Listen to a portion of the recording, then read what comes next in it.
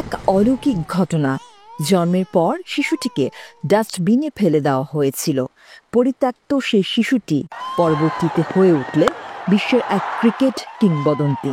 তার নেতৃত্বেই অস্ট্রেলিয়া 4 বার জিতেছিল বিশ্বকাপ। মেয়েটির জীবন কাহিনী বিশ্ববাসীর জন্য এক অনুপ্রেরণার গল্প। 1979 সালের আগস্ট মাসের 13 তারিখের ঘটনা। ভারতের মহারাষ্ট্রের পুনের শ্রীবাস্তব এতিমখানার দরজার সামনে একটি ডাস্টবিন ছিল। সেদিন কাক ডাকা ভোরে সেখানকার লোকেরা ওই ডাস্টবিনে একটি শিশুর কান্নার শব্দ শুনতে পায়।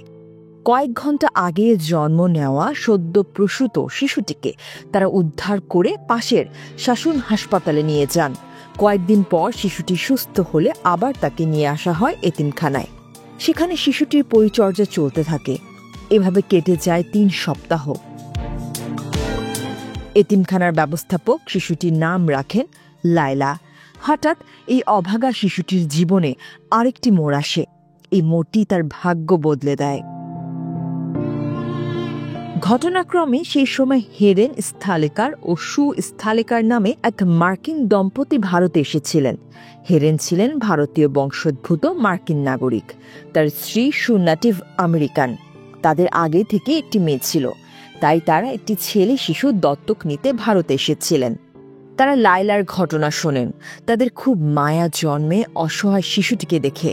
তার উজ্জ্বল বাদামি চোখ দেখে মুগ্ধ ও আকৃষ্ট হন সু। হরেন ও সু লায়লাকে দত্তক নেন। নাম পরিবর্তন করে তাদের নামের সাথে মিলিয়ে রাখেন লিসা স্থলেকার। দত্তক প্রক্রিয়া শেষ হওয়ার পর নতুন নাম, নতুন পরিবার ও নতুন জীবন নিয়ে পালক বাবা মায়ের সঙ্গে লিসা প্রথমে যান মার্কিন যুক্তরাষ্ট্রের মিশিগানে। তারপর তারা কেনিয়ায় বসবাস করতে শুরু করেন। সেখানে হরেন স্থলেকার একটি মিশনারিতে চাকরি নিয়ে যান। তার পরিবার অবশেষে অস্ট্রেলিয়ার সিডনিতে স্থায়ী হন। সিডনিতে প্রথম তার বাবাই লিসাকে ক্রিকেটের সাথে পরিচয় করিয়ে দেন। প্রথম দিকে ক্রিকেটের প্রতি তার ভালোবাসাকে নিছক বিনোদন বলে মনে করেছিলেন তার পরিবার।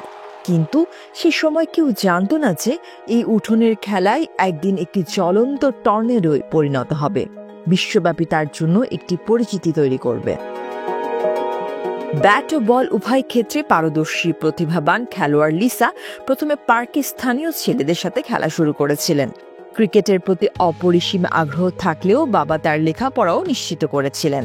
লিসার প্রাথমিক শিক্ষা শুরু হয় সিডনি চেরি ব্রুক পাবলিক স্কুলে।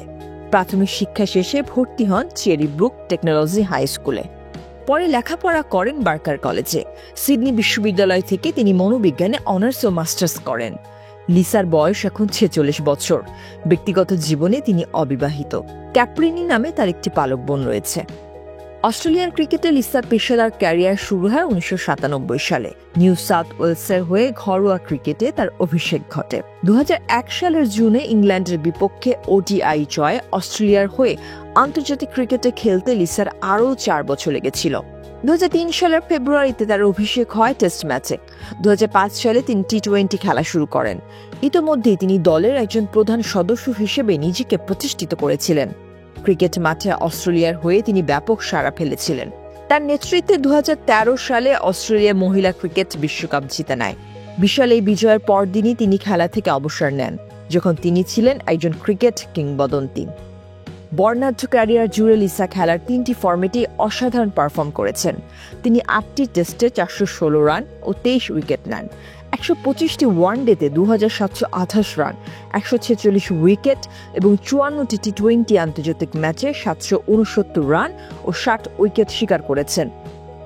লিসা 4টি বিশ্বকাপ জয়ীর পদক সংগ্রহ করেছেন। 2005, 2013 সালের ওডিআই বিশ্বকাপ, 2010 ও 2012 সালের টি-20 বিশ্বকাপে তিনি অস্ট্রেলিয়ান মহিলা ক্রিকেট দলের নেতৃত্ব দিয়েছেন। লিসা 2 বার বেলিন্ডা ক্লার্ক পুরস্কার পেয়েছেন, যা বছরের সেরা অস্ট্রেলিয়ান মহিলা ক্রিকেটারকে দেওয়া হয়। লিসা স্থলেকারের উত্তরাধিকার তার ক্রিকেটীয় রেকর্ডের বাইরেও বিস্তৃত।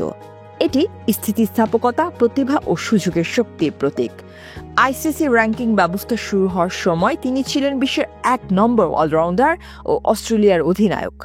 আন্তর্জাতিক ক্রিকেট কাউন্সিল লিসা স্থালেকারকে তাদের হল অফ ফেমে অন্তর্ভুক্ত করেছে। 4 বারের বিশ্বকাপ champion, ICC hall of famer, প্রথম মহিলা যিনি ওয়ানডেতে 1000 রান ও ডাবল 100 উইকেট অর্জন করেছেন। এখন তিনি ক্রিকেটের ধারাভাষ্যে এক বিশিষ্ট কণ্ঠস্বর। So a few people were surprised. They go, "Really? Oh, you look like your dad. You look like..." ক্রিকেটে বিশ্ব সেলিব্রিটি হলেও লিসা তার অতীত ভুলে যাননি। পুনের যে এতিমখানা তার জীবন বাঁচিয়েছিল, 2012 সালের 3 মার্চ তিনি সেটি পরিদর্শন করেন। সেখানকার কর্মীদের কাছ থেকে তিনি উষ্ণ অভ্যর্থনা পান। কিংবদন্তি এ অলরাউন্ডার তার প্রথমবারই স্মৃতিচারণ করে তখন একটি হৃদয়গ্রাহী ভিডিও শেয়ার করেন। লিসার জীবন অন্য কারো মতো নয়, পরিত্যক্ত হওয়া থেকে শুরু করে আন্তর্জাতিক ক্রিকেট জয় পর্যন্ত তার এই যাত্রা যাবতীয় প্রতিকূলতাকে উপেক্ষা করে পৃথিবীতে একটি দীর্ঘস্থায়ী প্রভাব ফেলার প্রমাণ।